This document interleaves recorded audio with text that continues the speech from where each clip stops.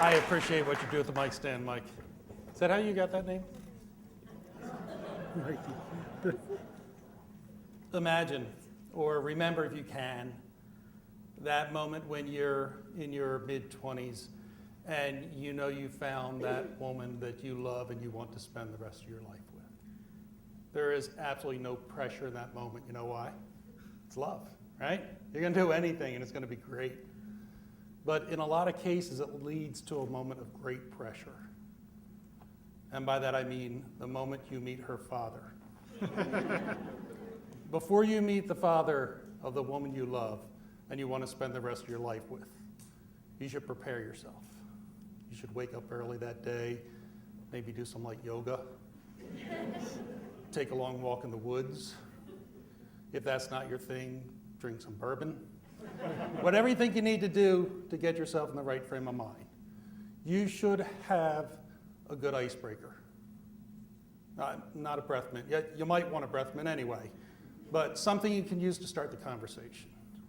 You should have a couple of humorous anecdotes at the ready, something you can relate to that'll keep the conversation going if it gets bad. You should have all these things. You should be prepared. I had none of those things. I was shotgunned into meeting my now father-in-law. My wife was living in Boston at the time. I picked her up at the train station one weekend when she was down visiting, and she said, I want to see my dad. I know we're going out later, but I want to see my dad. Can you take me to see my dad? And because I was young and I was in love and I wanted to spend the rest of my life with this woman, I said, of course. I didn't think about it at all. You want to see your dad.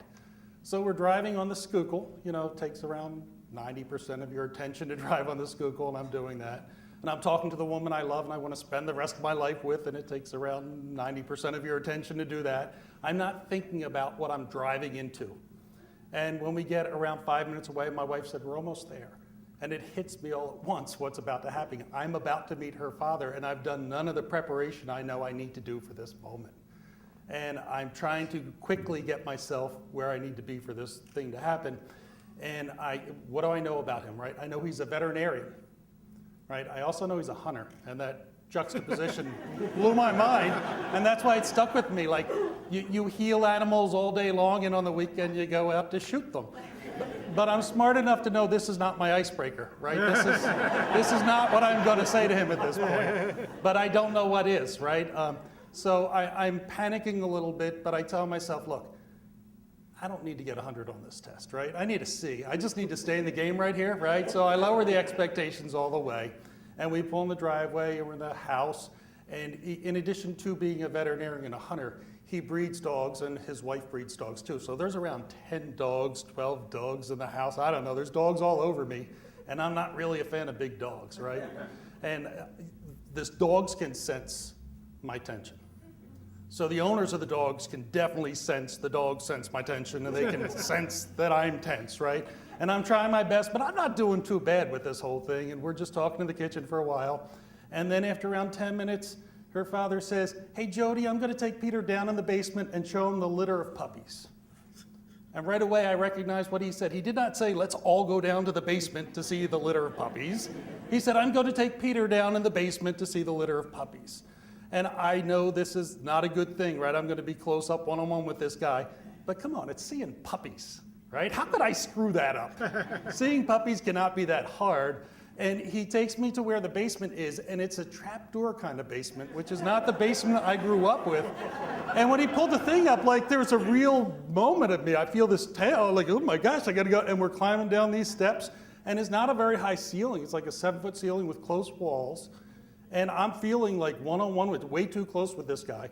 But there's this little wire made up cage with like 9 little German short hair puppies in it, right? All these little ones, and they are cute. And that's what I think when I see puppies, are cute. That's probably not what the owner of German short hairs wants to hear someone say, but I don't know. And I'm looking at, and it's awkward, and I say they're cute, and I'm looking at them. I don't jump in and let them lick me. I'm not picking them up and holding them. And I know that he senses my tension, because here's how I know. Without me knowing it, without him telling me, he reaches down and picks up a starter's pistol with a blank in it in this tight little basement, and he fires it. And when he fires it, I would go, ah! And he said, no, Peter, no, I need these dogs to think gunshot is the most natural noise in the world. And I look him in the eyes and I want to tell him, it's not the most natural noise in the world. And I want to tell him, if you're going to fire a gun in a basement, you should tell the other person in the basement with you that you're going to fire a gun in the basement if you want the dogs to think that it's the most natural noise in the world. But when I look in his eyes, I see he already knows these things. And what he's really saying to me is, that's my daughter upstairs. And if you hurt her, I will track you down and I will shoot you. That is pressure.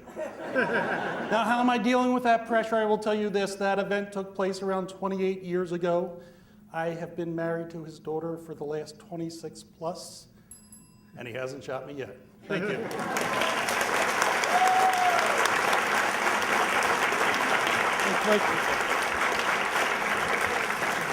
Thanks.